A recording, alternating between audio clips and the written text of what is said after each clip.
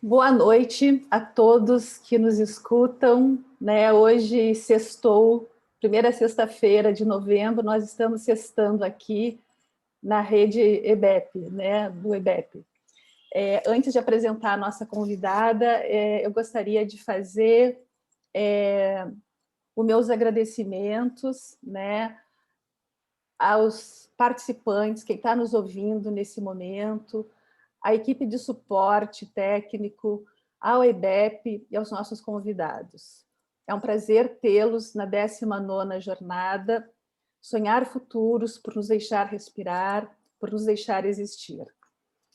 Ainda antes, eu queria dar alguns recados, que o chat será aberto alguns minutos antes da finalização da conferência, e a gente pede que, no primeiro momento, seja colocada apenas perguntas dirigidas à nossa conferencista, e deixando os comentários, as manifestações mais livres para o final. Também pedimos que, ao colocarem as perguntas, vocês enderecem elas aos participantes e palestrantes, para que todas as perguntas possam ficar visíveis e que a gente possa interagir melhor. Então, está conosco hoje, temos um prazer de receber a Tereza Campelo. Tudo bem, Tereza? Quanto tempo que a gente não se vê? Márcia. Que bom tê-la com a gente. Querida, obrigado. Prazer Muito enorme estar aqui com vocês e uma oportunidade também. Super obrigado. Nós aqui ficamos agradecidos. Então, a Tereza Campelo é professora visitante da Faculdade de Saúde Pública da USP. É uma economista brasileira formada pela Universidade Federal de Uberlândia e doutora em saúde pública pela Fiocruz. Foi ministra do Desenvolvimento Social e Combate à Fome durante os 2 mandatos da presidenta Dilma Rousseff. No período em que esteve à frente do Ministério, coordenou a elaboração, implementação e execução da Política Nacional para a Erradicação da Extrema Pobreza, que foi o Plano Brasil Sem Miséria. Coordenou também as políticas nacionais de assistência social e de segurança alimentar e nutricional, além do programa Bolsa Família e Cisternas. Então, Tereza, vamos lá nos ajudar a sonhar futuros. A palavra está com você. Obrigado, Márcia. Obrigado a todos. Parabéns pela 19ª jornada e pelos 20 anos aí de trabalho que vocês vêm fazendo como Espaço Brasileiro de Estudos Psicanalíticos. Como eu disse, uma oportunidade, inclusive, de tentar falar com um público diferente, apesar de ser sexta-feira à noite, né? Mas estava falando, a Márcia disse, você vai apresentar um PowerPoint, uns gráficos que ela me conhece, sabe que eu vivo usando gráficos e números, né, que é mania de economista, mas sexta-feira à noite não dá, né, gente? Então, vamos fazer um papo um pouco mais solto e pensei em falar uns 30 minutos e priorizar a nossa discussão, né, com um debate mais solto. Eu pensei em abordar essa agenda da fome e da pobreza, que foi a pauta que vocês me propuseram, sobre 2 aspectos. Tratar um pouco sobre o que eu acho que deveria nos preocupar muito, que é a naturalização da pobreza, da fome, da própria desigualdade, que é um fenômeno, eu acho, no Brasil, né? Sempre foi assim, então discutir um pouco isso, então olhar os dados, informações e tudo mais, mas tentando abordar essa questão, né, da naturalização dessas tragédias e, num segundo momento, discutir um pouco o crescente ódio e preconceito contra os pobres no Brasil, que eu acho que também é uma questão importante de ser abordada. Então, junto com elementos que eu traga, eu queria tentar levantar esses 2 pontos principais, assim, provocar esses 2 pontos para o nosso tempo aqui de discussão, né? Então, tratar primeiro dessa questão da naturalização da fome. Bom, o Brasil, é um grande produtor de alimentos, né? Se bem que hoje, atualmente, você pode falar que é um grande produtor de soja, de milho, que é comida para animais, né? Você não pode chamar de alimentos essa quantidade de soja, mas somos potencialmente um grande produtor de comida.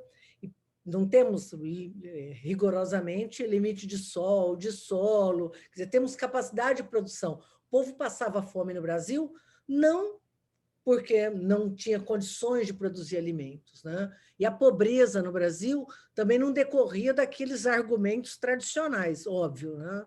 Ah, é porque o povo é... Ah, porque tem muita seca, né, Márcia? Ah, não, o povo é negligente. Não, aí se culpava tudo, até a escravidão para que as pessoas fossem pobres. Então, é porque tem negro, é porque tem índio, é porque nós somos descendentes de negros e índios. Não, porque tem um sol é muito forte, por causa dos trópicos. Então, a gente acabava, de certa forma, aceitando essa ideia de que sempre foi assim, sempre morreram as criancinhas no Nordeste, né? A gente sempre conviveu com a fome. Então, parecia uma parte do nosso cenário, né? E da sina da tragédia aqui do nosso país. E, na verdade, não é falta de comida, né? O Brasil não... A população não passava fome por falta de comida, muito menos por falta de tecnologia, né? Porque também agora é assim, temos que produzir mais, então vamos inventar um novo alimento transgênico, muito mais potente, rico em ferro, como se, na verdade, fosse falta de tecnologia, fosse falta de conhecimento, ou fosse falta de capacidade de produzir alimento. Não é.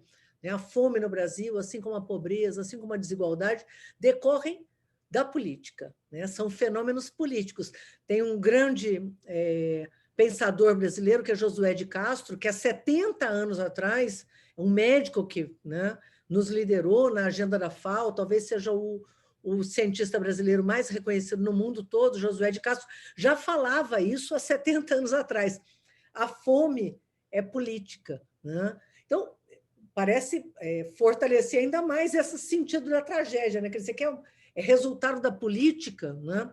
Eu acho bom a gente assumir isso, porque se é assim, é fácil resolver, né?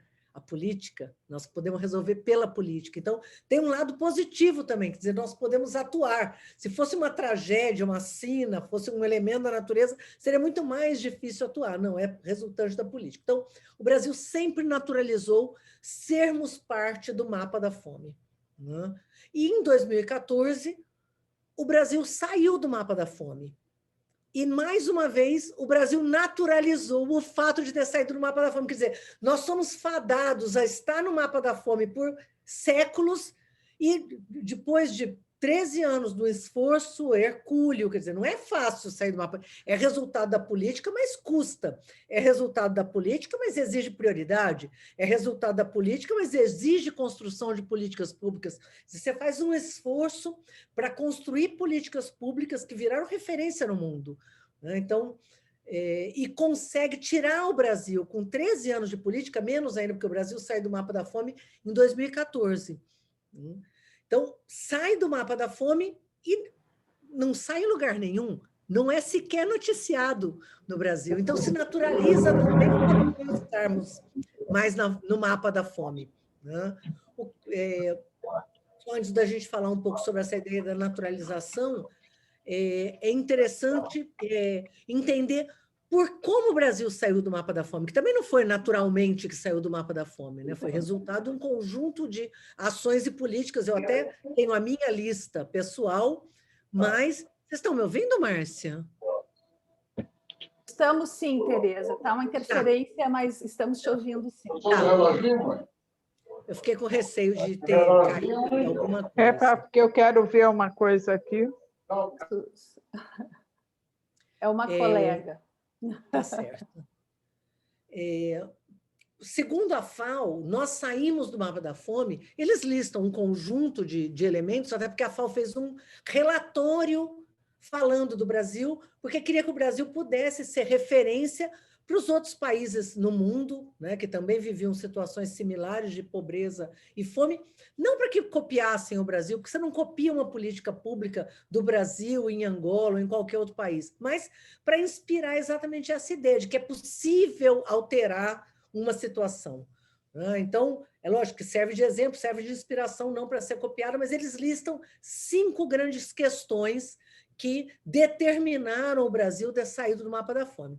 A primeira delas é exatamente ter estabelecido a fome como prioridade política, ter liderança e dizer a fome é um problema, nós queremos assumir a fome como um problema, né? É um problema terrível, mas queremos botar a fome em cima da mesa exatamente para poder diagnosticar e para poder enfrentá-la, né? Como um problema político. Então, ter priorizado esse tema como fundamental. Segundo, a fome não decorria da incapacidade do Brasil de produzir alimentos, decorria da incapacidade da população de ter acesso a esses alimentos. Por quê? Porque não tinha renda. Né? Então, o segundo grande bloco de questões que a FAO levanta como estratégica é o Brasil ter garantido acesso da população à renda, né? E, portanto, a alimentos, através de citar 3 questões básicas. A primeira é ter aumentado o salário mínimo, a segunda, a geração de quase 20 milhões de empregos formais, e a terceira, o Bolsa Família. Depois a gente vai falar um pouquinho mais sobre o Bolsa Família, porque todo mundo me vê e já fala do Bolsa Família, né? Mas eu acho que é importante mesmo a gente tratar. Então, primeira questão, ter prioridade política. A segunda, acesso à renda, ter elevado a renda da população.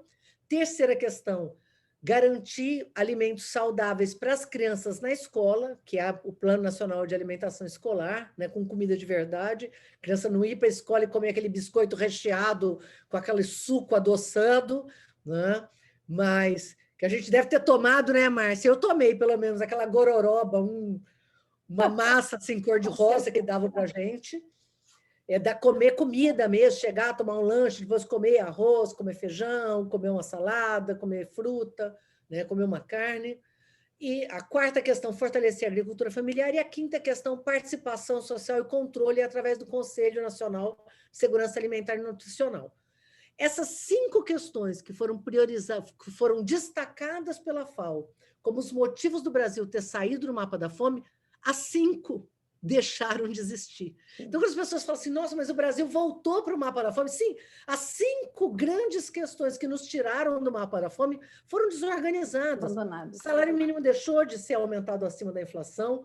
Nós estamos vivendo uma situação de completa desorganização do mercado de trabalho, né, com a destruição da CLT, com o aumento da informalidade, com um desemprego altíssimo, que já vinha, não é resultante do Covid. Podemos até falar um pouco do Covid depois, se vocês tiverem interesse, mas o desemprego em janeiro já era altíssimo no Brasil, mais de 12 milhões de pessoas desempregadas, né? A desorganização da rede que constrói o Bolsa Família, o próprio Cadastro Único, a agenda da agricultura familiar completamente desorganizada, não só acabaram com o ministério que cuidava da agricultura familiar, como deixou de ter crédito, deixou de ter assistência técnica, quer dizer, conjunto de políticas desorganizada, programa de cisternas e assim por diante. E o Conselho foi fechado. A primeira medida do presidente Bolsonaro foi fechar o Conselho Nacional de Segurança Alimentar e Nutricional, né, que foi organizado ainda pelo Betinho, né? Então, quer dizer, é importante a gente ter isso em mente, porque o Brasil vivia na fome, isso era tratado como natural. Você sai do mapa da fome, que teria que ter sido uma coisa comemorada, até nos dá vergonha de dizer, o Brasil, um país tão rico, vivia na fome, sim, estava no mapa da fome, sim, estava, mas sai do mapa da fome e isso não é tratado como um feito, né? E volta para o mapa da fome com o presidente dizendo que o Brasil não tem fome, né? Então, saíram os dados recentemente da pesquisa de orçamento e do orçamento familiar, da POF, né, há um mês mais ou menos atrás, mostrando que o Brasil já voltava ao mapa da fome em 2018. Né? Depois disso, nós já temos 2019, 2020. As pessoas falam, não, mas agora tem um auxílio emergencial. Não é uma política só, né? E ainda mais pontual, e ainda mais com tempo para terminar, que organiza uma agenda estrutural, até porque a fome é um fenômeno multidimensional, assim como a pobreza, assim como a desigualdade, né? não é uma questão só de renda, né? A pessoa é pobre de renda e é pobre de não, falta de educação, de falta de saúde, de falta de saneamento, quer dizer, de um conjunto de privações. Então, eu acho que a primeira grande questão que eu queria pontuar é essa, né? O Brasil conseguiu construir políticas, virou um exemplo, essa ideia do Fami-Zero, só para ter ideia da importância que é o Brasil como exemplo, né, de que é possível, sim, é possível se alterar uma determinada situação. Né? É porque a agenda, vocês conhecem, né, os 17 ODS, o ODS número 2 chama a Fome-Zero, né, Zero Hunger, né, inspirado na própria palavra de ordem que o Brasil construiu, né, para tentar mobilizar a sociedade para combater essa mazela. Bom, então, falando um pouco, né, do mapa da fome. Falando um pouco do Bolsa Família, que eu acho que é um gancho para a gente falar da pobreza, que é uma das medidas, não é a única. Quando a gente fala o Brasil saiu do mapa da fome, todo mundo acha que foi o Bolsa Família, não foi. Bolsa Família é um dos pontos, né? Inclusive do ponto de vista de renda. Mas o Bolsa Família, né, que já completou 17 anos agora em outubro, né, é considerado hoje também, assim como a agenda de políticas de combate à fome e à pobreza, o maior, o melhor, o mais eficiente e o com maior resultado, o maior impacto programa de transferência de renda no mundo. Né? E ele não é o maior programa de transferência de renda do mundo, porque ele transfere renda. Né? Quando vem gente do Brasil todo conhecer nossas políticas aqui, e as pessoas chegam aqui querendo entender, é um cartão e transfere dinheiro como? E quando chegam aqui, na verdade, se deparam não com um programa de transferência de renda através de um cartão. Isso, muitos países, hoje tem mais de 60 países que construíram programas de transferência de renda. Só que nenhum se compara ao programa brasileiro. Por quê? Porque todos os outros são isso. Você transfere um dinheiro com um aplicativo, né? Transfere um dinheiro por uma conta bancária ou através do próprio telefone. Não é. Quando você tenta entender o Bolsa Família, na verdade, por trás do Bolsa Família está a rede de proteção brasileira. Bolsa Família, na verdade, é uma porta de entrada para a população pobre, em especial para as mulheres, que ao buscarem a proteção de renda, né, a segurança de renda oferecida através do Bolsa Família, elas acabam chegando na rede de assistência social. Essa rede de assistência social, que não é um aplicativo, né, e não é somente uma pessoa que faz um cadastro, né, é um servidor público, né, que acolhe essa família, garante cuidados mínimos, né? Não é o ideal, não. Inclusive com psicólogo em alguns lugares no centro de referência especializado em assistência social, com toda uma abordagem, né, do ponto de vista de acolhimento dessas famílias, do ponto de vista de saúde mental. Você tem todo um equipamento voltado para o acolhimento dessas famílias e para entender qual é o nível de desproteção. Então, essa família chega, ela não preenche um cadastro automático, ela vai dizer, como que é a minha casa, é de alvenaria ou é de madeira, como é o piso, como é o chão, eu tenho acesso à água, ou eu não tenho, eu tenho cisterna ou não, a energia é a lampião ou é gerador, a biodiesel ou não, eu tenho acesso, mas é um gato, né? Então, e, junto com isso, você acaba sabendo quantas pessoas moram na casa, qual a escolaridade de cada um, inclusive dos adultos, quem trabalha no quê, que tipo de desproteções essas famílias, né, a que tipo de desproteções as famílias estão sujeitas. Né? E, com isso, referenciar numa unidade básica de saúde, o menino que não está para a escola, o jovem que não está na escola vai para a escola, e esse acesso à rede de proteção, que a gente às vezes pensa que o menino vai para a escola, né? O menino ou a menina vão para a escola, a criança e o jovem, e a criança menor de 6 anos de idade tem acesso a peso, altura, né? E a vacina, não é só isso. Né? Então, hoje, quando a gente olha os resultados, né? Nós temos já 17 anos de programa, os resultados são resultados que nos surpreendem muito. Né? Por exemplo, nós temos um estudo publicado na revista The Lancet, que é uma das maiores revistas médicas do mundo, mostrando, por exemplo, que graças que o Bolsa Família é responsável, junto com o Programa de Saúde da Família, né, esse casamento, na redução de 60% da mortalidade infantil causada por desnutrição. 46% da redução da mortalidade infantil causada por diarreia. 2 motivos evitáveis, né? Como diriam os nordestinos, 2 motivos bestas. Né? Quer dizer, você tem como evitar que isso aconteça. Eu gosto de fazer essa pergunta: quanto custa ao Brasil, né, voltar a ter essas crianças morrendo? Mas, assim, afora os impactos que a gente tem em saúde e educação da criança, nós temos hoje alguns resultados que são resultados completamente inesperados, né? Como, por exemplo, detecção precoce e cura de lepra. O Brasil é um dos países que tem maior... Né? Não é só a fome era negligenciada, a pobreza é negligenciada, mas as doenças dos pobres também. Né? Detecção e cura de tuberculose, né? Redução de mortalidade materna não resultante do pré-natal. Né? Quanto mais tempo essa jovem mãe está no Bolsa Família, menor é a mortalidade materna. Para ter uma ideia, mães jovens com menos de 30 anos, com mais de 10 anos no Bolsa Família, a redução da mortalidade materna é de 25%. É um índice que você não consegue encontrar em nenhum outro tipo de política pública que foi construída para esse perfil de população. Redução, acho que eu comentei contigo, Márcia, da taxa de suicídio entre as famílias, entre as mulheres pobres. Né? Tudo isso, estudos independentes, publicados já em revistas internacionais.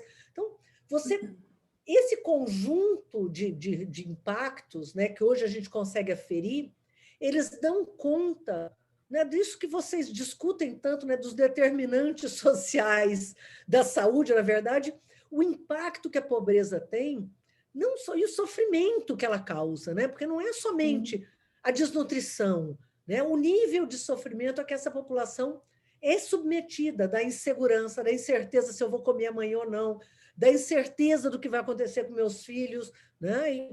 Que isso envolve... As pessoas falam, não, a pessoa nem pensa no que fazer, a pessoa não tem tempo de pensar no que fazer, ela está pensando no que ela vai comer. Né? Então, pensar nesse nível de sofrimento, que é o cotidiano, né, atormentando essas famílias, é uma questão fundamental. Né? Então, e ao contrário do que também, em geral, né, os mais preconceituosos falam, né, a única coisa que é boa no Bolsa Família é que, assim, se essa mãe tira o menino da escola, vai lá e corta o Bolsa Família. Não é isso que o Brasil faz, não é essa a nossa tecnologia social. Né? O que nós queremos, né, quando você diz, eu quero que esse menino vá para a escola, você quer que ele vá para a escola. Se esse menino não está indo para a escola, não é porque a mãe tira ele da escola. Nenhuma mãe pobre, nenhum pai pobre quer o seu filho fora da escola. Na verdade, o grande sonho, né, dessas famílias é que o filho esteja na escola, onde ele se alimenta, onde ele está protegido da violência, onde ele vai se formar. Né? Ele fala, meu sonho é porque ele não vai repetir minha trajetória. Essa narrativa que a gente encontra nessa população.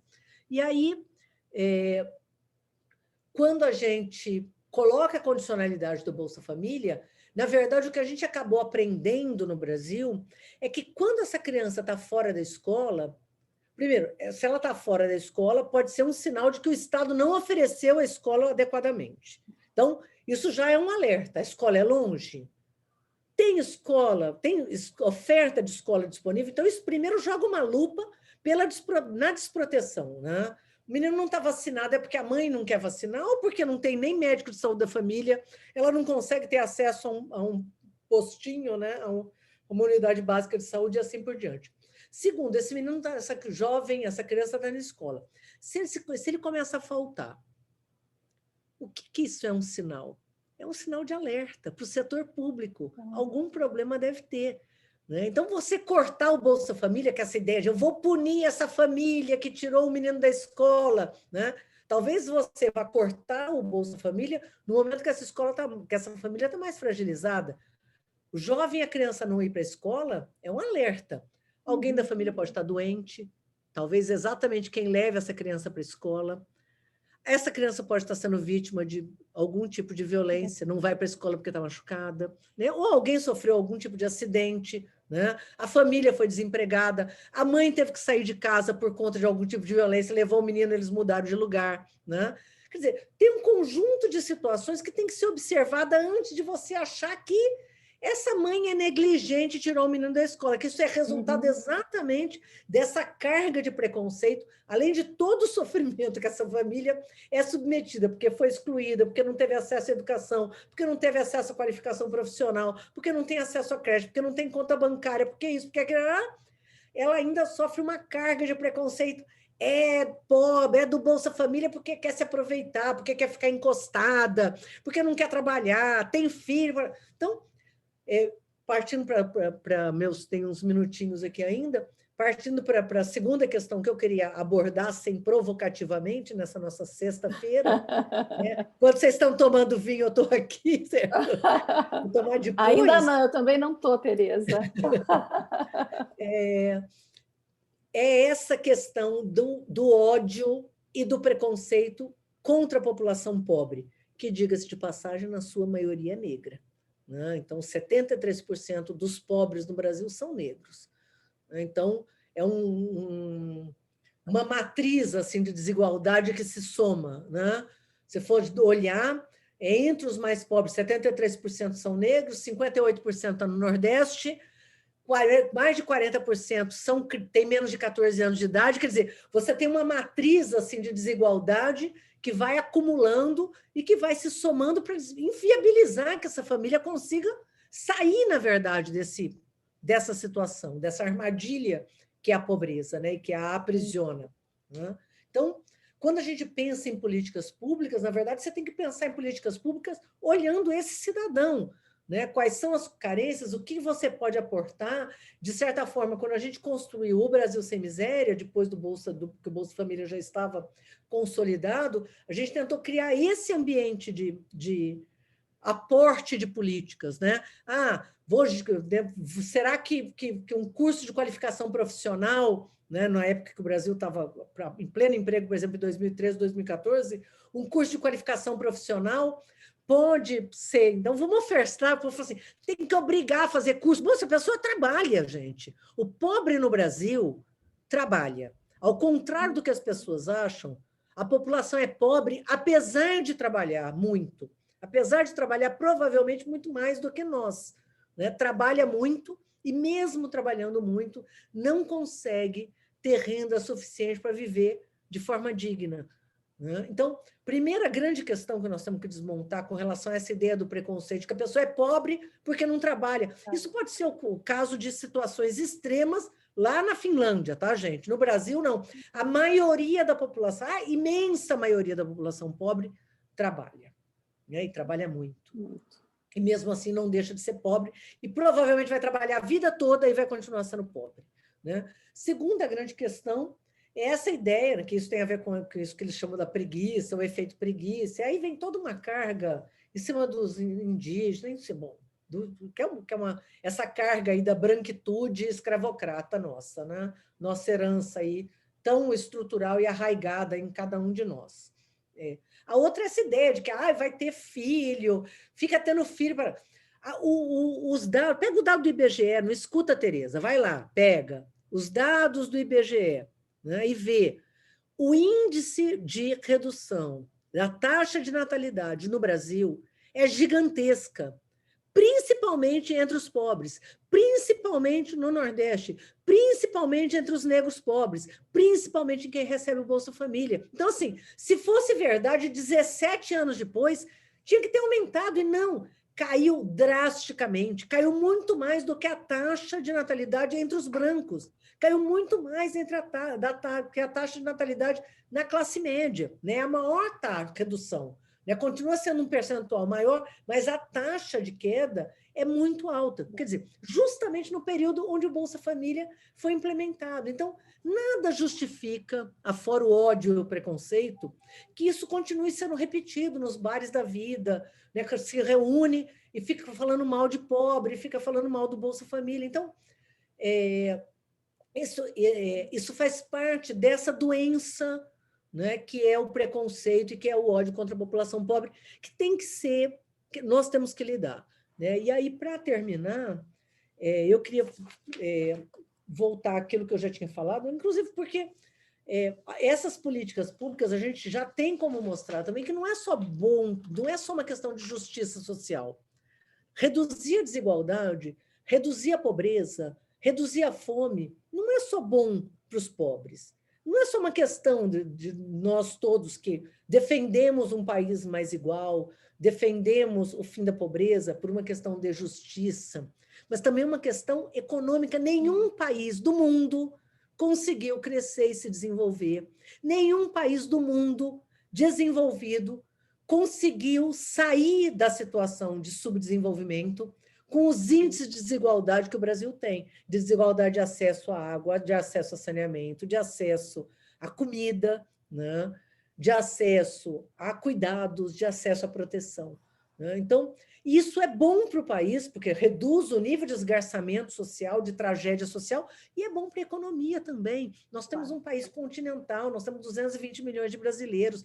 Esses brasileiros consumindo, sendo parte do país, ajudam o país a melhorar. Nós vimos isso, como o Bolsa Família funciona como um colchão de renda, e atualmente, como o auxílio emergencial, que nós batalhamos tanto para ser criado, apesar do governo inicialmente nem concordar, né, com ele, como ele garantiu que o PIB não caísse tanto. Né? Então, é bom para o país, né, a inclusão social, a inclusão no saneamento, a inclusão no acesso e a inclusão no consumo. Tem gente que fala assim, a inclusão no consumo, não, por que só nós, classe média, né, povo bonitinho, loirinho, de olho azul, assim que nem a Márcia, tem direito a né, o consumo? Né? Não, a população pobre tem direito a banho quente, tem direito a acesso. Então, eu acho que tem duas grandes mensagens, né, que são essas. É possível, sim, superar a fome, a pobreza, elas são fenômenos políticos, e o Brasil já mostrou que pode fazer isso, e apesar do retrocesso que nós estamos vivendo, nós podemos voltar a viver uma situação diferenciada. Né? E segundo, que eu acho que é bom para todos nós, né? Pobres e não pobres, e eu acho que esse é o caminho para a gente poder retomar aí um projeto de desenvolvimento com inclusão. Então, obrigado, Márcia, obrigado a todos. Estou às ordens. Uau, Tereza, muito obrigada pela sua fala, e pelo final dela você dá um pouco de esperança para a gente, né? A gente, às vezes, precisa alimentar isso. Estão chegando algumas questões, eu preciso ficar de olho na tela e no WhatsApp, mas eu queria, Tereza, eu acho que você traz dados super interessantes, acho que essas estatísticas que às vezes parece ser um economês, né, eles são importantes também para sustentar, eu acho que as políticas públicas, para sustentar o que a gente acredita, e assim, né, dados de realidade. Então, eu estive olhando também alguns dados para conversar com você, né? E aí tem uma pesquisa do IBGE e da Unicef, né, que já dá conta que nesse segundo semestre do Brasil, né, segundo semestre de 2020, o Brasil acumula 41 milhões de desempregados, né? Tem um dado que durante esse período de isolamento social, de pandemia, enfim, 9 mil pessoas passaram fome, né? E o contraste disso é que a ONG Oxfam, né, levantou que 42 bilionários, 42, né, 42 pessoas, bilionários brasileiros, acumularam exatamente nesse período, as fortunas cresceram em 177 bilhões. Né? Então, assim, acho que dá um contraste, né, muito grande isso, né? E aí, assim, eu acho que a gente vê que tem, assim, ao mesmo tempo, né, o próprio governo fez campanha em setembro para a gente ter um olhar, né? Você falou do suicídio, então teve campanhas do Setembro Amarelo, né, pedindo assim atenção sobre isso, né? Então, assim, essas situações de um limite extremo, né, que o projeto é de extrema precarização, né? Então, como é que a gente pode, assim, se o modelo do Bolsa Família, Tereza, que a gente imagina assim, nossa, a gente levou tanto tempo para sair da fome, rapidamente a gente voltou a ele, né? Será que a gente consegue sair com o modelo do Bolsa Família? Que tipo de proteção, né? Porque aí as consequências não são só da ordem da economia, na ordem da saúde, né? Mas todas as consequências, né, psicossociais que pode acontecer, né? Se o Bolsa Família previa, atendia, ou se a gente pode pensar num outro modelo, né? Que a gente espera que isso passe, né? A gente falou ontem com o Franklin, ele dizia, né, que a gente se acha muito passivo às vezes, a sociedade, né? Mas ele disse, a gente já teve outros momentos também muito sombrios, né, e que a gente demorou um tempo assim para poder se reorganizar e fazer novas conquistas, né? Então é para a gente conversar um pouco assim sobre isso, Tereza, enquanto chegam outras questões aqui. Tá. Márcia, primeiro falando desses 41 milhões de desempregados, né? Eu acho importante tentar enxergar um pouco o que está acontecendo, porque, na verdade, eu acho que tem três coisas que se somaram, e talvez a gente tenha que olhar, porque se colocar em perspectiva, né? Primeiro, aquilo que eu já tinha dito, né? A gente tinha já em janeiro, antes de qualquer Covid, a gente já tinha 12 milhões de desempregados no Brasil. E os que estavam empregados não eram mais aquele emprego protegido, né? Não era um emprego com carteira assinada. Muita gente estava empregado num modelo que a gente está chamando aí trabalhador de plataforma, uberização, pejotização, né? São trabalhadores que, na verdade, trabalham mesmo, deveriam ter carteira assinada e estão numa informalidade completamente desprotegidos, né? Desprotegidos porque não vão ter um seguro-desemprego, desprotegidos porque qualquer acidente não tem a quem recorrer, né? E assim por diante. Então, a gente já vinha no Brasil com dois processos. Uma crise crescente, um aumento do desemprego estrutural, e dois, aquela população empregada estava cada vez mais na informalidade. Metade dos brasileiros com emprego estavam na informalidade. Então, o Covid nos pega em cheio nessa situação, né? Quer dizer, não é diferente de você, e somando aí os outros desmontes, né? Por exemplo, se pegar o Sistema Único de Saúde, você já vinha com todo um questionamento, você já tinha a emenda constitucional 95, que estabelece uma laje praticamente e impede que qualquer gasto público seja ampliado, né? Então, e com isso as políticas públicas se canibalizando, né? Então, você imagina, nada pode subir, a população aumenta, você já vinha num nível de precariedade grande, então, você vê a saúde, a educação, a assistência social disputando os mesmos recursos e aumentando aí a fragilidade e tudo mais. Então, o Covid nos atinge neste momento, né? Quando o Brasil estava, né, com essas duas grandes frentes, afora outros problemas, mas essas duas grandes frentes a descoberto: desmonte das políticas sociais, corte de gastos públicos e, por outro lado, um aumento crescente do desemprego e o mercado de trabalho precarizado. Essa interrupção gerada pela Covid-19, ela foi uma interrupção abrupta na economia. De fato, não dá para dizer, é o Brasil. Não, não é. Pegou todo mundo, pegou a Alemanha, pegou a Inglaterra, mas o Brasil, especialmente, foi pego nesse contrapé, já com desemprego crescente, já com a desorganização do mercado de trabalho e já com as políticas públicas em processo de desmonte, né? Então, o mercado de trabalho ele é duramente atingido.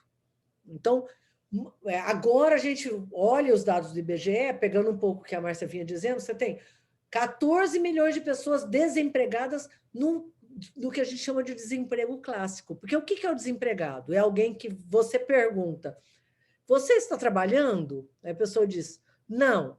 Você está procurando emprego? Estou. Né? Então, o desempregado é quem não está trabalhando, mas está procurando emprego. A Covid criou uma situação nova, que você pergunta, você está empregado? A pessoa diz não. Você está procurando emprego? Não. Por quê? Porque a pessoa está em casa, tem medo de procurar emprego, né? Ou porque tem um idoso, ou porque tem medo de se contaminar, é do grupo de risco, ou porque sabe que não tem emprego. Não adianta ir para a rua, só se expor. Né? Você pega em algumas cidades, pegar um exemplo que é bem fácil de enxergar. Algumas cidades que viviam de turismo, os hotéis estão todos fechados.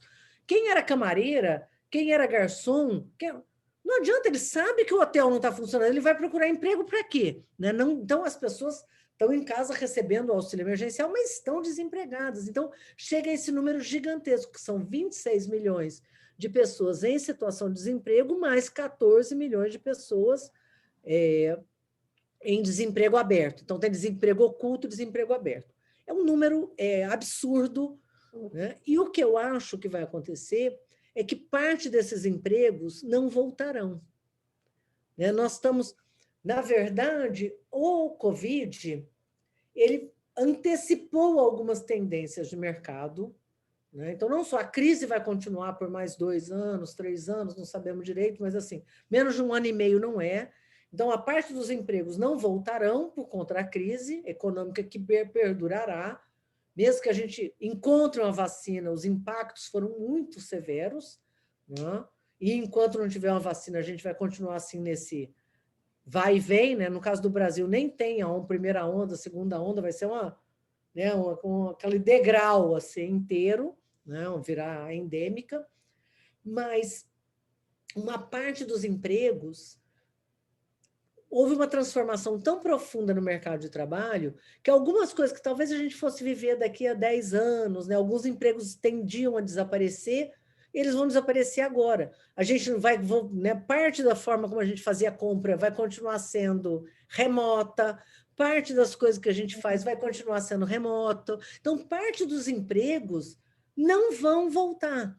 Então, a gente tem que se preparar para um período da economia, não só brasileira, mas do mundo, onde algumas transformações profundas foram antecipadas, além do que, né, da inteligência artificial, da Revolução 4.0, Revolução Industrial 4.0 e assim por diante. Então, o Estado brasileiro tinha que estar se preparando para esse cenário, porque ele vai ser um cenário de grande de manutenção de uma parcela da tragédia social que a gente está vendo hoje, né?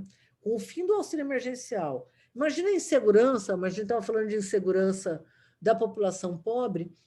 Imagina uma família que não está empregada, está recebendo o auxílio emergencial foi cortado pela metade. Então, a pessoa, os dados do IBGE mostram que 60% do que a pessoa gastava, ela gastava com alimentos, dos R$600, 60% ela gastava com alimento. Cortou pela metade. Então, você está dizendo o quê? Corte a comida, não é? Deixa. A pessoa já estava comendo mal, quer dizer, ninguém estava fazendo banquete, né? Então, você vai cortar a quantidade, a qualidade e a variedade. Né? Então, o risco de já entrar, mesmo com os 300, numa situação mais grave de insegurança alimentar está dado. E eu só vou discutir isso depois da eleição.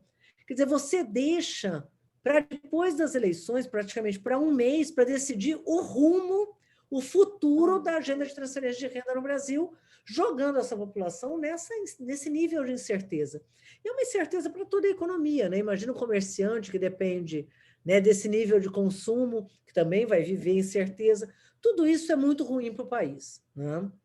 A segunda questão, que já engatando aqui no assunto do Bolsa Família que você falou, o que eu acho de mais grave que está acontecendo no Brasil é que as pessoas ficam tratando, não vai acabar o Bolsa Família, vai entrar o renda, não sei o quê. Bom, o Bolsa Família, como eu tinha dito, não é um programa de transferência de renda, gente. Ele é uma porta de entrada para o Estado.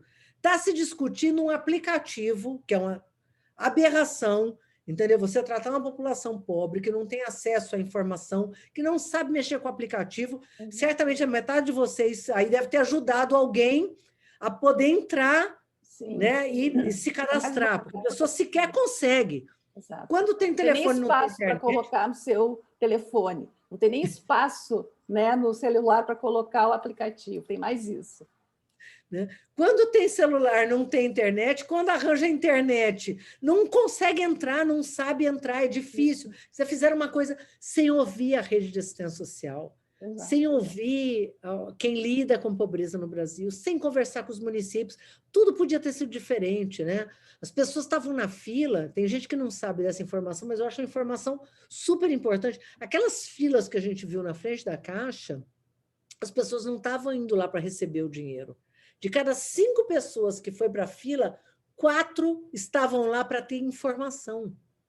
vê o crime, porque essas pessoas foram para a fila, se contaminaram seus parentes, ou se colocaram em risco, ou sofreram, né, de estar lá naquela situação horrível que a gente viu, por conta de uma política mal executada depois de ter virado referência mundial em tecnologia social. Quer dizer, a gente não precisava ter feito desse jeito, né? Então, não tem bala de prata, gente. Não tem uma coisa que eu vou fazer, um aplicativo maravilhoso com um cartão com o nome de renda, piriri pororó. Não é isso. Nós estamos falando de políticas públicas, nós estamos falando de acolhimento, nós estamos falando de tratar desses cidadãos de forma integral, né? Esse é o grande desafio da agenda social, né? Não é fazer um aplicativo que qualquer banco é capaz de fazer, né? Não é disso que nós estamos tratando. Então, eu acho esse que é o meu maior medo, que as pessoas agora ficam discutindo qual é o nome e como que vai ser o aplicativo, e não entende que o que está por trás de acabar com o Bolsa Família é acabar com a rede do Sistema Único de Assistência Social, inclusive com parte de educadores, psicólogos, faz parte da rede de assistência social, que é uma rede multidisciplinar, né? Então, é acabar com a rede de assistência social, acabar com essa articulação com a saúde, acabar com essa articulação com a educação e, portanto, caminhar aí rumo ao Estado mínimo. Tereza, tem chegado aqui outras questões, várias, alguns comentários. Eu vou ler para você um comentário que chegou aqui, da Maria Amália Cursino. Ela diz: te saúda, Tereza Campelo Gigante. Dados irrefutáveis da nossa crônica realidade assimétrica e desigual. Mais Estado, políticas públicas que considerem a vida. Um beijo enorme, Tereza. Sou irmã da Maria Augusta Arruda. Oi! Bom te ter aqui com a gente. Tem um outro que não está... Tereza, nós temos noção do estrago feito até agora? Temos noção do tamanho do desmonte? Pois é. Você prefere que eu leia mais algumas, Tereza? Eu acho que a gente podia fazer um bloco, né, Márcia? O que você acha? Então, para aí, vamos ver outra. Como é que o Brasil perdeu tudo isso? Depois eu leio os comentários, então. Eu vou juntar umas perguntas aqui. Vou ler mais uma, depois a gente para um pouquinho. Você saberia dizer... Tem uns que não tem nome, então a gente não dá para ler, pessoal, né? Quem não identificou o nome. Você saberia dizer se as mudanças no IBGE, metodológicas, inclusive, interferem na capacidade de interpretarmos o que de fato acontece no Brasil? E pode ser mais uma? Pode. O que pensar sobre o mundo no qual não haverá emprego, vagas, trabalho para boa parte da população? Olha só, qual que é o tamanho do desmonte? Eu acho que ele está em processo, tá? Por exemplo, tem algumas coisas que a gente não vai ver agora, né? Por exemplo, pegar o programa de cisternas, né? A maior parte das cisternas está feita, eles não vão quebrar as cisternas, a cisterna está lá, a cisterna dura em torno de 30 anos, né? O Luz para Todos. Nós universalizamos o acesso à energia elétrica, né? Lógico que sempre vai estar ampliando, mas isso... né? Pode ser que a energia elétrica fique cara a ponto das pessoas terem que desligar a energia, mas algumas das questões, elas implicaram, de fato, em mudanças estruturais, né? Tem alguns números, inclusive, que as pessoas não... eu acho que assim, tem uma coisa que nós somos muito incompetentes em algumas... ao contrário, né, do que o povo diz, que ficava fazendo propaganda, de não ter identificado, não ter falado de algumas grandes mudanças. Por exemplo, tem um número que eu acho que é excepcional e pouca gente conhece, e a gente mesmo só veio a identificar depois, né, e foi um estudo, inclusive, que eu liderei aqui no Olhando Desigualdades, né? Olha só que número fantástico, Márcia. Entre 2003 e 2015, nós garantimos acesso a saneamento básico através de rede geral ou fossa séptica para 48 milhões de brasileiros. 48 milhões de pessoas é uma Argentina, e a Argentina tem 47 milhões de pessoas. Quer dizer, em 13... É como se a gente tivesse colocado esgoto ou fossa séptica em toda a Argentina em 13 anos. Né? Então, resolveu o problema do Brasil? Não, não resolveu, gente, é gigantesco, mas mostra aquilo que eu estava falando. É possível alterar uma determinada situação. E não foi uma mudança pequena, é uma mudança estrutural. Tem gente que fala assim, foi só consumo, foi só consumo. Não foi, gente. Saneamento básico não é consumo, isso muda estruturalmente. É uma questão de saúde, é uma questão de acesso, é uma questão de qualidade de vida, é uma questão de direito. Né? E gera emprego, é bom. Saneamento é tudo de bom, né? Do ponto de vista saneamento ambiental, mudança climática, tudo que a gente puder imaginar. Então, 48 milhões de pessoas, destas, 38 milhões negras e negros. Né? Então, assim, o acesso a essa população de baixa renda, algumas políticas públicas, como é esgoto, como é água, como é a questão da energia elétrica, isso está dado. Agora, foi interrompido. Né? Então, isso que, na verdade, você tinha que dizer, fez pouco, tinha que ter feito mais. Tem gente que fala assim, mas vocês fizeram isso, mas não foi suficiente. Assina embaixo, não foi mesmo, tinha que ter feito muito mais. Talvez se a gente tivesse feito muito mais, tivesse caído antes, tá? Quero dizer nada. Tivesse feito muito, muito rapidamente, talvez tivesse até o golpe tivesse sido antes. Mas, de fato, eu acho que a gente, em algumas coisas, a gente fez menos do que deveria fazer. Né? Então, tem que fazer autocrítica. Eu faria essa, tinha que ter feito muito mais. Né? Mas 48 milhões não é... fez um projeto piloto. É uma Argentina, botar na metade da França, saneamento básico na metade da França. Né? O que se fez nos países ao longo de séculos.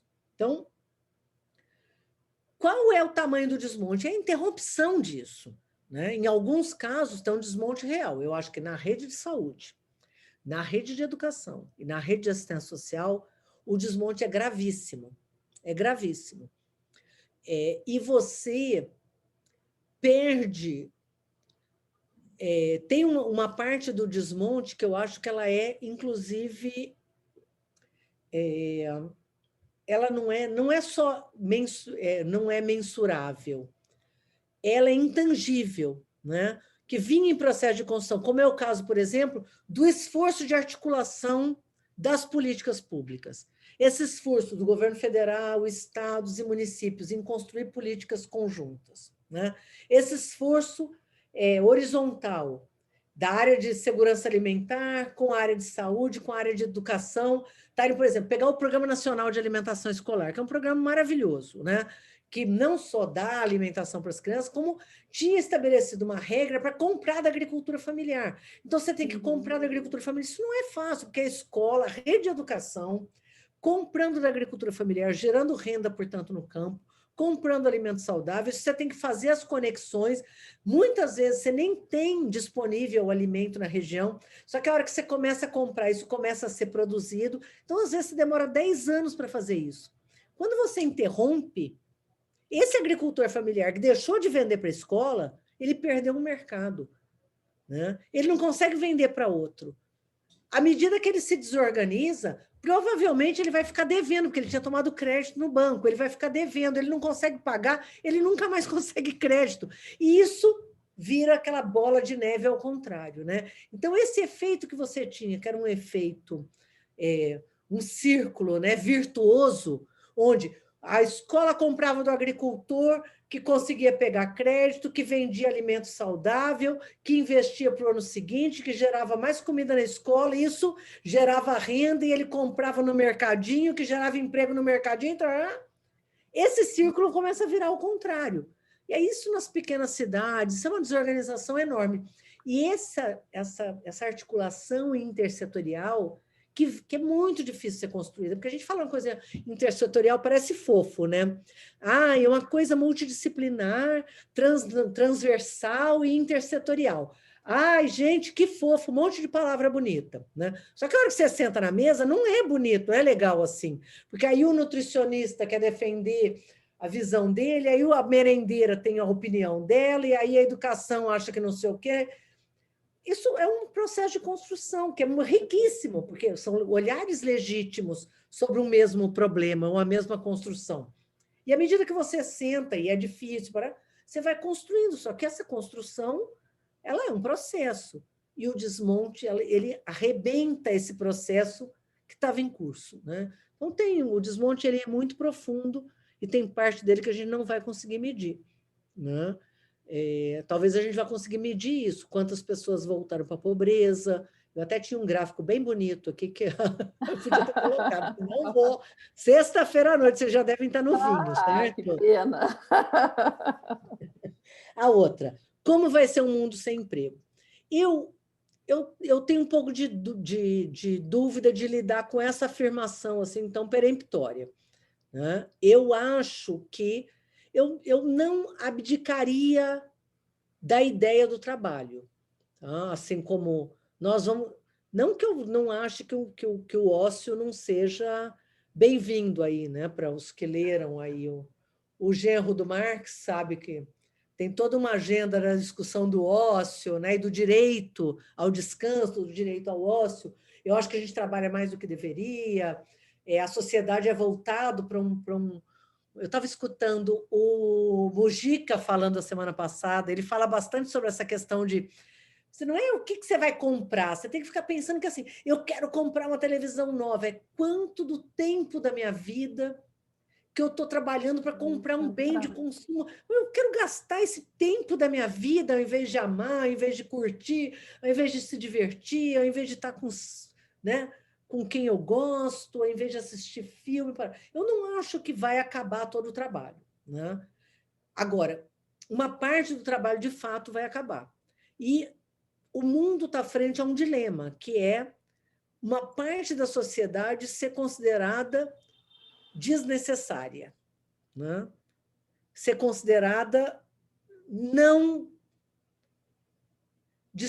ser considerada desprezível, desnecessária, supérflua, né? Então, o mundo... são milhões de pessoas, né, que vão... Não, o mundo prescinde delas, né? Nós estamos frente a isso, que é o caos e a barbárie, ou virar e falar, vamos construir um mundo onde se tenha direito a uma renda, vamos construir um mundo onde a gente possa trabalhar 20 horas e, portanto, ter o dobro de emprego, né? Vamos construir um mundo onde mesmo o capital pense na sua sustentabilidade, né? Sem nem pensar, né, longe, né? Nós socialistas, né, na sociedade onde as pessoas sejam iguais, mas não, o capital não vai sobreviver sem né, com um mundo como esse. E aí, voltando a Josué de Castro tinha uma frase que chega a ser tenebrosa, e cada vez ela é mais verdadeira, eu não sei se eu vou repetir ela assim, literalmente, mas ele disse assim, hoje à noite, eu acho que é uma coisa assim, bem, né, falando que ele traz por dia, assim, hoje à noite, metade do mundo não vai dormir de fome. E a outra metade não vai dormir com medo da metade que não vai dormir de fome. Né? Quer dizer, você tem um mundo com esse nível de esgarçamento, né? De jogar milhões de pessoas no completo desamparo e as consequências que isso pode trazer. Eu não acredito num mundo sem trabalho, mas, de fato, a sociedade tem que começar a construir soluções que sejam soluções inclusivas. E aí, nesse sentido, eu acho que tem muita coisa na mesa já para o nosso debate. Né? Quer dizer, não é um inventar, né? Nós já temos tecnologia suficiente para superar esses grandes problemas. Né? Falta vontade política. E eu acho que é uma burrice das elites. E aí, nesse quesito, ver quem é mais burro entre as elites mundiais, eu diria que a elite brasileira assim, corre o sério risco de ganhar um prêmio da mais estúpida e atrasada, né? Infelizmente. Rentista, despreocupada, não está preocupada em ganhar dinheiro amanhã e não no médio prazo. Né? No longo prazo, em como reconstruir a indústria no Brasil. Então, falei muito, né, Márcia? Desculpa. Não, está ótimo. A gente privilegiou na sua fala um tempo bom para poder fazer o debate. Tinha a questão do IBGE, não sei se é isso que você está procurando, Tereza. Ah, não, é verdade, eu não falei. Perguntou Olha só, eu acho que o IBGE está em risco, porque eles, de fato, têm um corpo, né, de profissionais já muito de idade mais avançada, então ele precisaria de uma renovação do seu quadro, precisaria fazer concurso urgentemente. Nós temos quadros excepcionais no IBGE. Até agora, eu não diria que algumas situações estranhas começaram a acontecer, algumas coisas deixaram de ser apuradas, não por conta de decisão do corpo técnico, né? Mas assim, você começa a ter perda financeira. Mas assim, com o episódio da Covid, de fato, a gente teve uma interrupção de parte dos nossos dados. Eu não diria que agora é difícil você saber de quem, que se a culpa é do Covid ou... Porque, de fato, você não tem como ir de casa em casa fazendo pesquisas, né? Isso nos atrapalha muito. Por quê? Porque a pesquisa por telefone é uma pesquisa muito limitada, né? Primeiro que parcela da população não tem telefone, né? Não tem tempo de ficar respondendo pergunta no telefone, é diferente de você estar falando com uma pessoa. Então, isso certamente vai implicar numa alteração gigantesca das nossas estatísticas. Eu acho que, por conta da tragédia do Covid, né, certamente a gente vai ter que atribuir as interrupções à crise sanitária, mas elas estavam à beira de acontecer por conta de decisões e questionamentos, né? O próprio governo federal chegou a questionar por que ficar levantando de trabalho infantil. Né? Hello! Então, assim, por exemplo, Estados Unidos, olha que dado interessante, que eu acho que vocês não sabem, ou pelo menos uma parte não sabe. Sabe que os Estados Unidos não tem trabalho infantil, né? Se olhar nas estatísticas, os Estados Unidos têm trabalho infantil? Não tem. Sabe por quê? Porque ele não coleta essa informação. Então, uma forma genial de você acabar com, eliminar com o problema é você sequer saber que ele existe. E nos Estados Unidos, não é crime criança trabalhar. Não tem limite. Se o pai deixar, pode trabalhar. A gente, inclusive, vê aqueles meninos jogando jornal, né? Imagina, aquilo é um nível de exposição, né, de uma criança de bicicleta no trânsito, jogando jornal, né? Exposição, inclusive, para estar sujeita ali a algum tipo de abordagem, né? Abordagem, aí entendam, sim, no geral. Então, o sujeito é um risco para... Não é, nos Estados Unidos não é crime. No Brasil é crime por quê? Porque tem lei e porque tem estatística, a gente consegue investigar, né? Então, assim, quando você começa a questionar essas estatísticas, como questionar, inclusive, mas, gente, é tão bom trabalhar, né? Tem gente que acha isso, que é bom botar a criança para trabalhar, porque já entra na lida direto, né? Então, esse conjunto de afirmações aberrantes, eu acho que é mais grave do que o que já eventualmente aconteceu assim, de perda. O que eu acho que o IBGE está perdendo é dinheiro, capacidade de trabalho. Por enquanto, eles ainda não mexeram tão drasticamente nas estatísticas. Né? Agora, como o Covid interrompeu, vai voltar depois ou não? Essa é uma pergunta, por isso que nós temos que estar de olho. Né? Então, a pergunta é boa por conta disso, nos coloca de olho no assunto. Tereza, você falou dos meninos dos Estados Unidos que jogam jornal, né? Não sei se você viu na televisão, os meninos que juntam latinhas aqui no Brasil, né, para pagar cursos. E aí aparece isso como empreendedorismo, como um testemunho, um bom exemplo, e não como ausência de Estado, né? Enfim. E de política pública, né? Exatamente. Né? Quer dizer, qual que seria o cenário ideal? Né? O cenário ideal seria não só esse menino estar na escola, né? Como ele ter, eventualmente, porque a gente tem no Brasil, a partir dos 14 anos de idade, a gente tem aquela figura do aprendiz, que é uma figura bacana, que o menino pode aprender, só que ele não vai ficar carregando peso, ele não vai ficar de sol a sol fazendo coisa, ele não vai estar na esquina vendendo, né, coisas, e sujeito aí à abordagem, a tudo que a gente já sabe, inclusive a própria violência do trânsito. Né? Então, o ideal é esse menino não trabalhar antes dos 14 anos de idade, gente. Né? Não estou falando lavar uma louça, dividir uma tarefa de casa. É outra coisa. É outra coisa. Né? Inclusive, no Brasil, persistem as piores formas de trabalho infantil. A gente tinha conseguido trabalhar eliminar algumas delas, como, por exemplo, criança na corte de cana, que não tem mais, criança em olaria, que perdia o pezinho, né, pisando naquelas máquinas, criança naquelas máquinas de sisal, isso tudo foi eliminado do Brasil. Corre o risco, de fato, de acabar voltando, já que você não tem mais fiscalização. Fiscalização no mundo do trabalho acabou, tá, gente? Eles estão eliminando. Acabou, aliás, o próprio Ministério do Trabalho, né? Que é uma coisa inacreditável. Mas, assim, a partir dos 14 anos de idade, o jovem pode trabalhar, só que ele tem que trabalhar com supervisão e ele tem que trabalhar num lugar onde ele aprenda um ofício. E não é carregar peso, porque não carregar peso não é ensinar ninguém a trabalhar, né? Então... Tereza, eu vou avançar aqui em alguns comentários, em algumas questões. O Flávio diz que concorda que a fome é um projeto político. Ele diz também que as estatísticas são fundamentais. E aí tem duas questões que falam de educação. A Gabriela diz: fico pensando na inclusão escolar nas escolas particulares. Parece um movimento de incluir para excluir. Foi um comentário. E aí eu vou juntar com o comentário dela uma pergunta da Emília, que fala o seguinte: devemos pensar em inclusão e educação, o que difere de educação inclusiva. Inclusão e educação é pensada como processo, como luta. Penso que foi o que aconteceu com as políticas de inclusão e educação, foram efetivadas nos governos progressistas. Você acredita que as políticas implementadas, essas políticas, serão esquecidas pela nossa população? Quer ir um pouquinho mais, Márcia? Tem. Aí muda um pouco o assunto.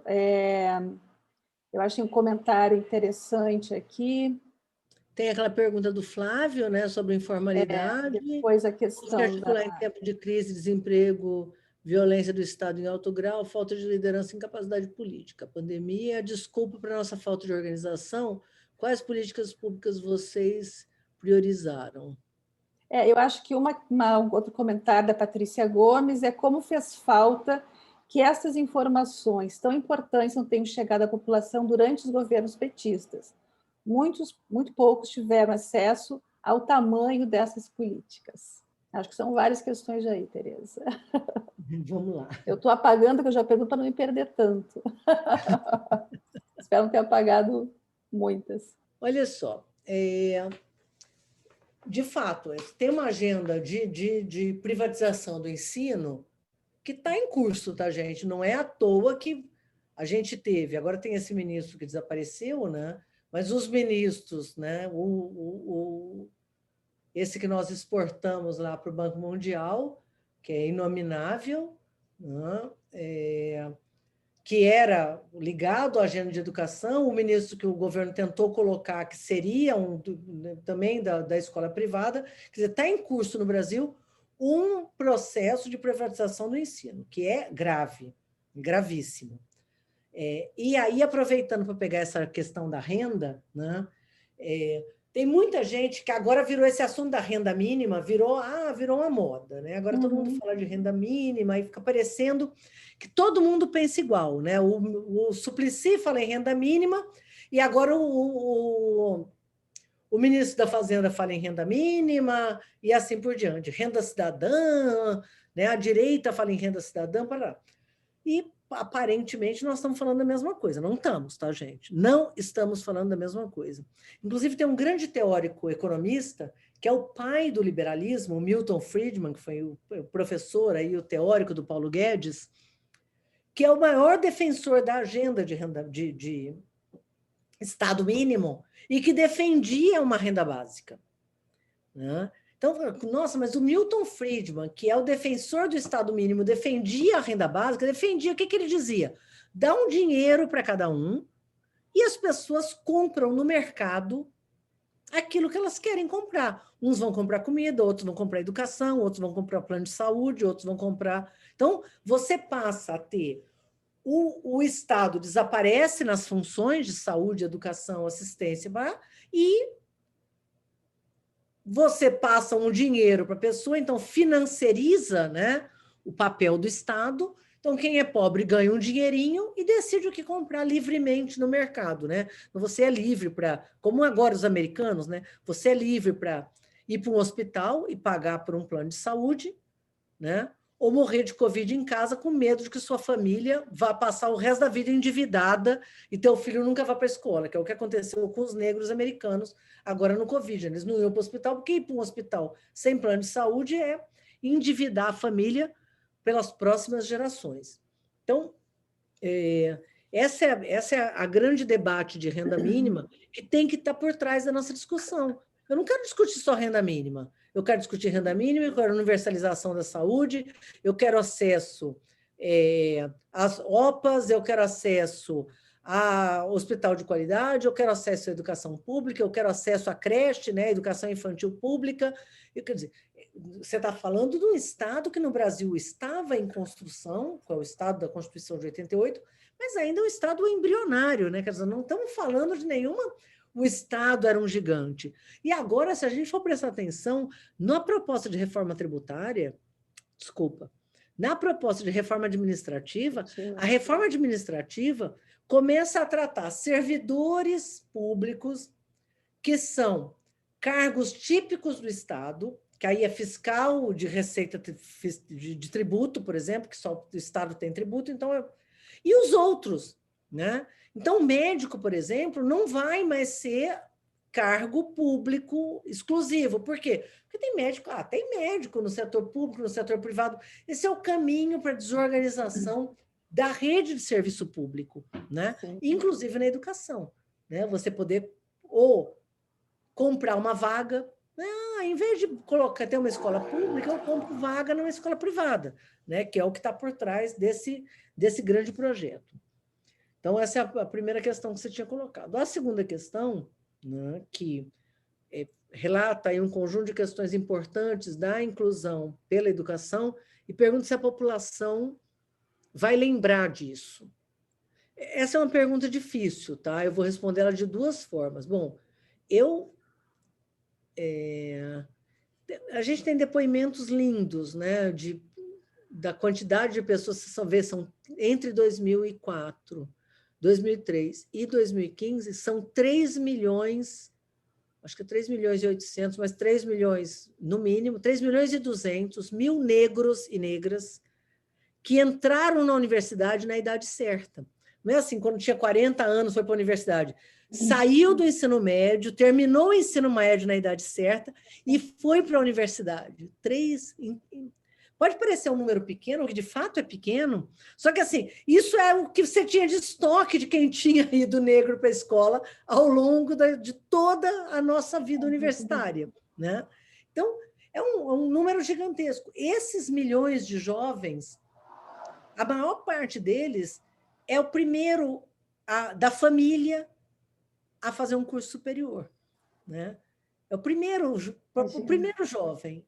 Isso aí também envolve milhares de brancos e de todas as cores, que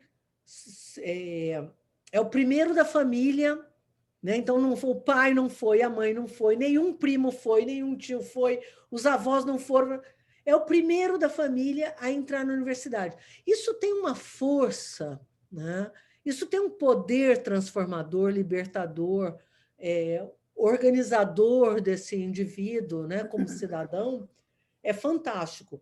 Eu não sei se ele vai lembrar que fomos nós que fizemos, mas eu aposto que no fato de que ele, tendo acesso a um conjunto de informações, ele vai ser um cidadão que vai querer um mundo melhor para os outros negros, para os outros que não né?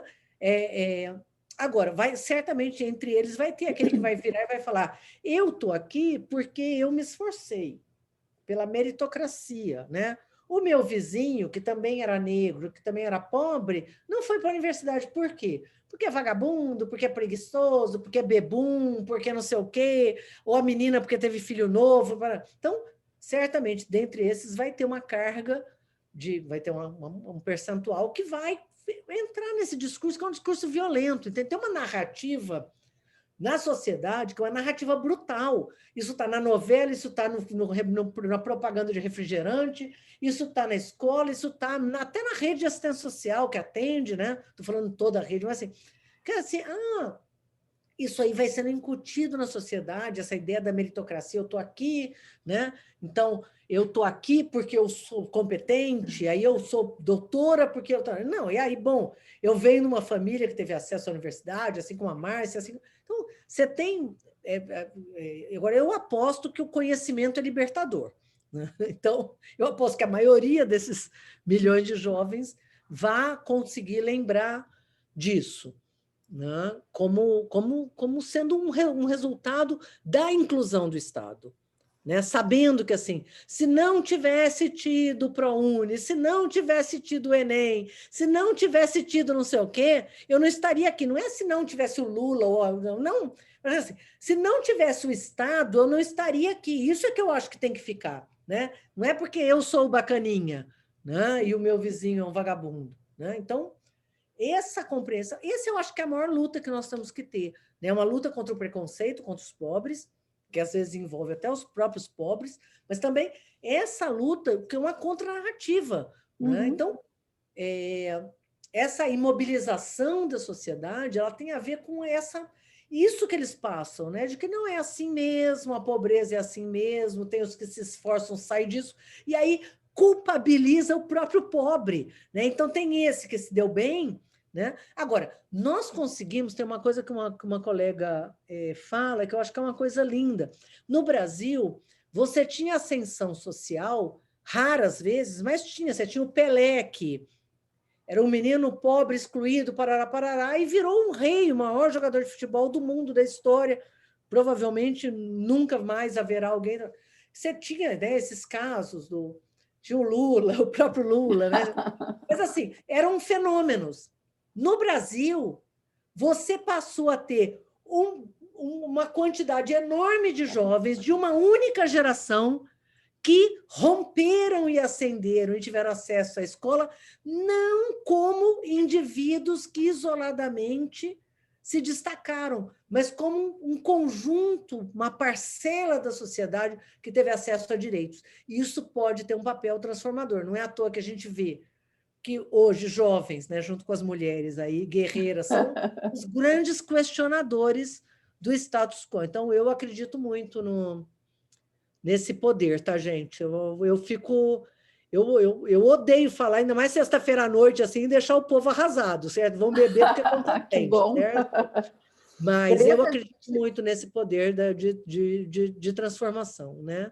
E eu aposto aí, como o Franklin, que nós vamos ter uma massa de jovens conscientes tentando nos salvar, tá? Porque se depender aí dos homens brancos e velhos, nós estamos lascados.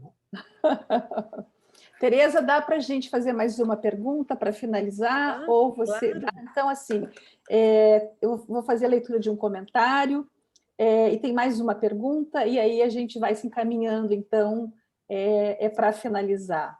Aí a gente libera para o vinho merecido de sexta-feira.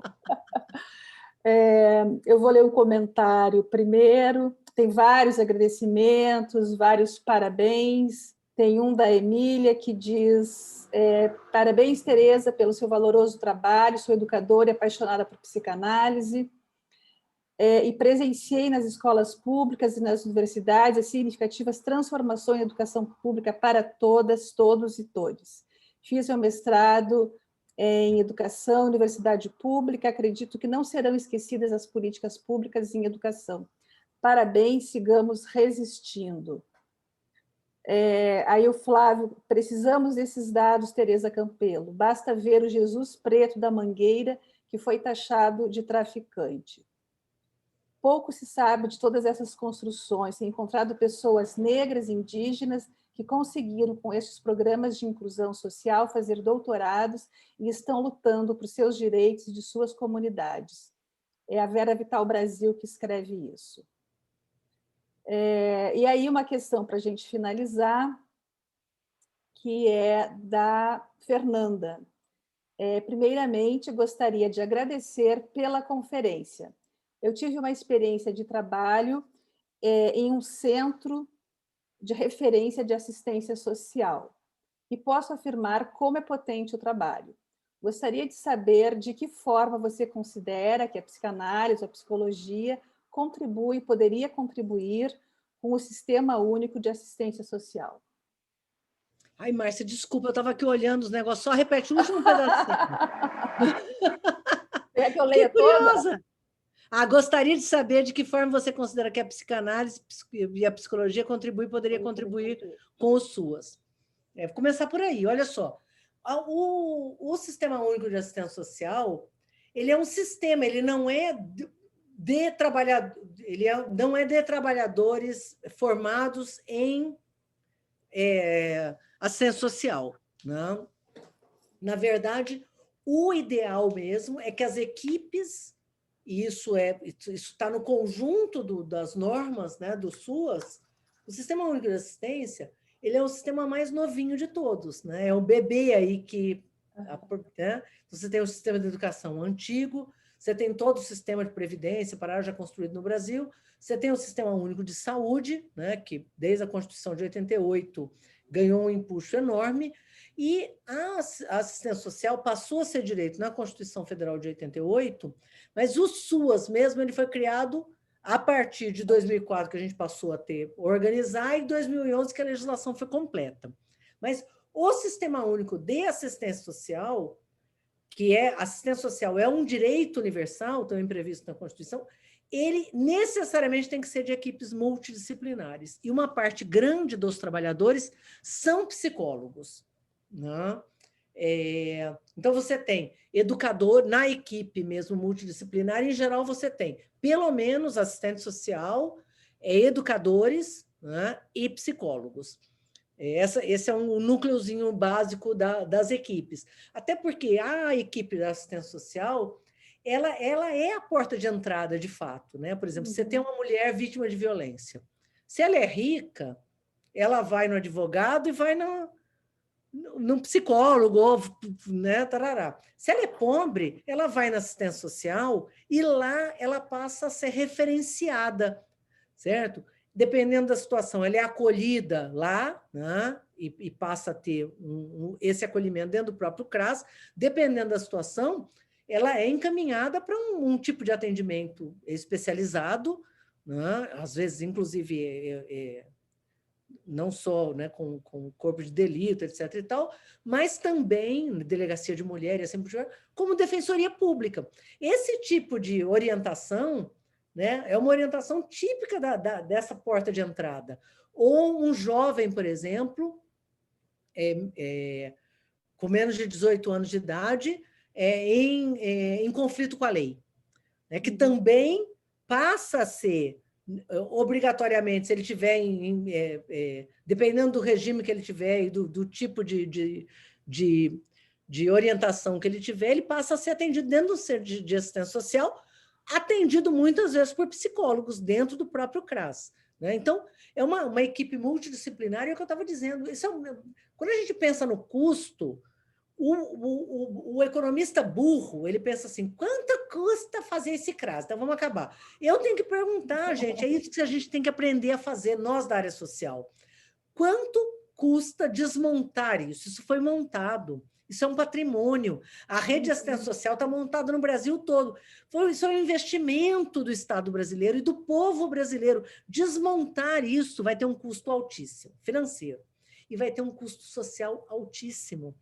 Né? Então, quanto custa, né, para o Brasil você deixar de ter esse atendimento e essa evolução que a gente teve no atendimento dessas mulheres que passaram a ter um contato com o serviço público? É diferente de você ir numa delegacia, gente, você ir num CRAS. Né? E à medida que você vai... E tem situações que são situações, por exemplo, de abandono. Tem gente que vive situações de abandono, tem gente que vive situações de isolamento. Qual é o preço, né, de você deixar de lidar com essas situações? Isso não se...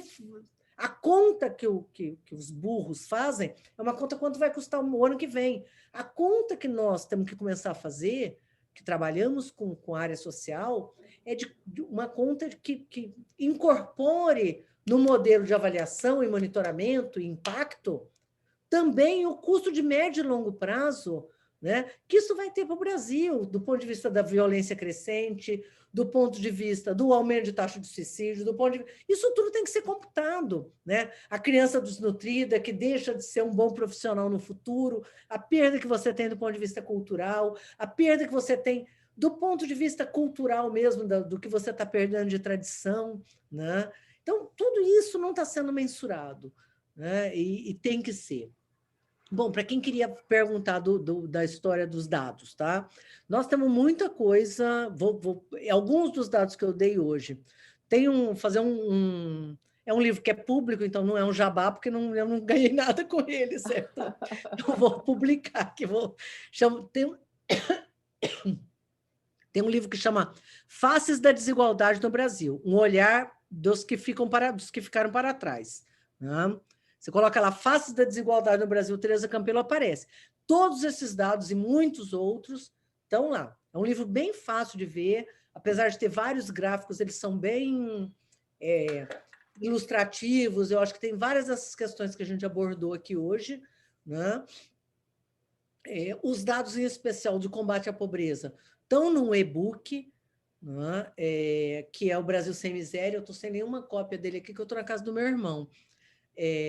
Mas se colocar Brasil Sem Miséria, livro, aparece um PDF, ele é um e-book, está disponível. Os dois livros estão disponíveis gratuitamente, né, para quem tiver informação, quiser ler. Inclusive, tem todo um capítulo voltado para a saúde pública, tem todo um capítulo voltado para essa questão da intersetorialidade, que é um dos assuntos que a gente discutiu aqui, né? Então, os dados são públicos. Agora, nós, de fato, eu acho que tem 2 áreas que a gente errou muito. Uma, talvez vocês tenham conversado bastante com o Franklin ontem, que foi na comunicação, né? A outra área é de como construir cidadania. Tá? Eu acho que isso é um debate que a gente tinha que estar fazendo. Quem está preocupado com o setor público tinha que estar fazendo, porque assim, não é assim como o beneficiário do Bolsa Família, ele é tão oprimido, a beneficiária do Bolsa Família, ela é tão oprimida que ela sequer tem coragem de contar que ela é do Bolsa Família, porque ela vai estar sujeita a uma carga de do Bolsa Família, então é vagabunda, do Bolsa Família, então está encostada, do Bolsa Família quer ter filho, que ela esconde. Ela não só esconde, como ela não se organiza. Então, por exemplo, as mulheres do Bolsa Família, que são 14 milhões de mães, podiam estar organizadas, reivindicando, lutando, brigando, inclusive com o PT, brigando com... Não, elas são isoladas, né, atuando, né, sem atuar como cidadãs. Isso não é um direito, isso não é um favor que nós fizemos, isso é um direito. Então, essa ideia do Estado ter obrigação de ofertar políticas públicas e de que eles tiveram acesso a um direito, o Bolsa Família é um direito, né? A cisterna é um direito, o saneamento é um direito. Esta ideia, que é a ideia que é o que talvez fortalecesse a população na resistência, eu acho que ela, de fato, nós ficamos devendo, né, nesse processo de construção da consciência cidadã. Né? Isso para uma outra rodada nossa, para como poderíamos fazer isso ou não. Queria agradecer demais a oportunidade, achei bem legal. Obrigado, Márcia, querida. Márcia e eu somos amigas há muitos anos, não vamos dizer quantos. Isso. Né? E estou muito feliz de estar aqui hoje. A gente tentou participar o ano passado, né, Márcia? Não deu certo, mas que bom que deu esse ano, e contem comigo sempre. Teresa, muito obrigada pelo seu fôlego, né? Porque a gente está conversando há bastante tempo, tem vários comentários, vários agradecimentos, várias pessoas dizendo quanto a gente precisa falar mais vezes com você, então o chat fica aberto mais uns minutos, então você pode dar uma olhadinha, porque quando a gente está falando aqui, a gente não consegue acompanhar. Os meus colegas do suporte me mandam algumas coisas no WhatsApp, mas não dá para ler tudo. Então, agradecer muito para você. Eu vi a Luísa passando, correndo aí, dar um beijo para ela, faz tempo já. Ô, Lu, se escondeu. Isso não se faz, Teresa. Bom, então, beijo. E aos participantes que continuam conosco amanhã, eu queria convidar para a nossa mesa, que vai acontecer às 9h30, por nos deixar transbordar, por nos deixar resistir. Com o Eduardo Leal, a Mariana Pombo e a Viviane Vergueiro. Então, gente, uma boa noite para vocês. E até amanhã. Beijo grande, Tereza. Beijo, beijo. Obrigado, querida. Beijão.